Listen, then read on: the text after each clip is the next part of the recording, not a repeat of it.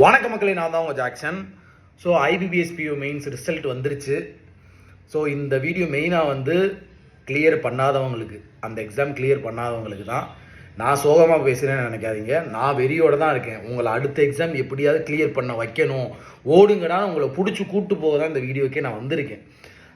இந்த இடத்துல எவன் நம்மகிட்ட பரவாயில்ல எது சொன்னாலுமே நம்ம மைண்ட் செட் ஏற்றுக்காது. சரிங்களா?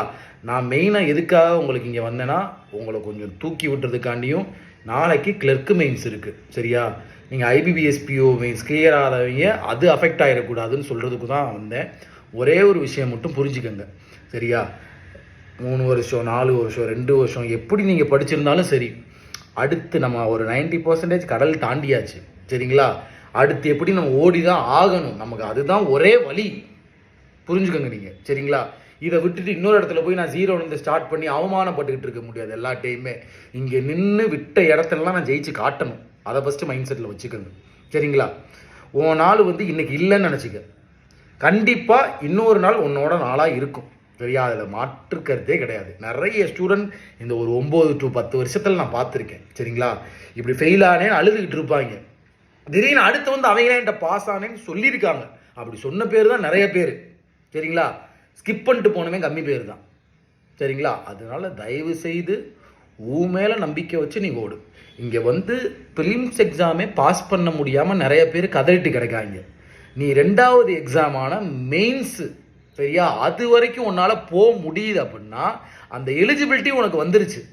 அடுத்து வர மெயின்ஸ்லாம் உன்னால் தட்டி தூக்க முடியும். அடுத்து அப்படியே இன்டர்வியூவும் தட்டி தூக்க முடியும். சரியா?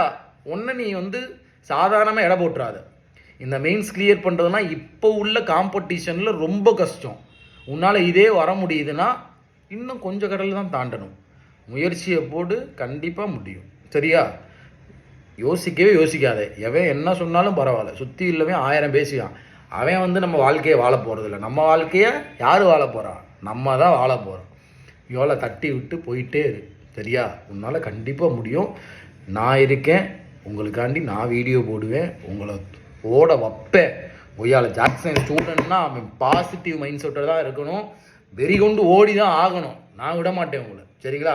கண்டிப்பாக ஜெயிப்போம். உங்கள் ஜாக்சன். அடுத்த கட்ட நடவடிக்கை என்னன்னு பாருங்கள். அடுத்து RRBPO இருக்குது, கிளர்க் இருக்குது, அது மெயின்ஸ் படிக்கணும்.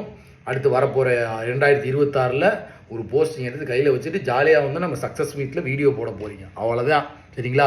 ராயல் பாஸ் ஆஃபர் போட்டிருக்கீங்க. அதில் மெயின்ஸ்க்கான கண்டென்ட் நிறையா இருக்குது, ப்ரிலிம்ஸ்க்கான கண்டென்ட் நிறையா இருக்குது.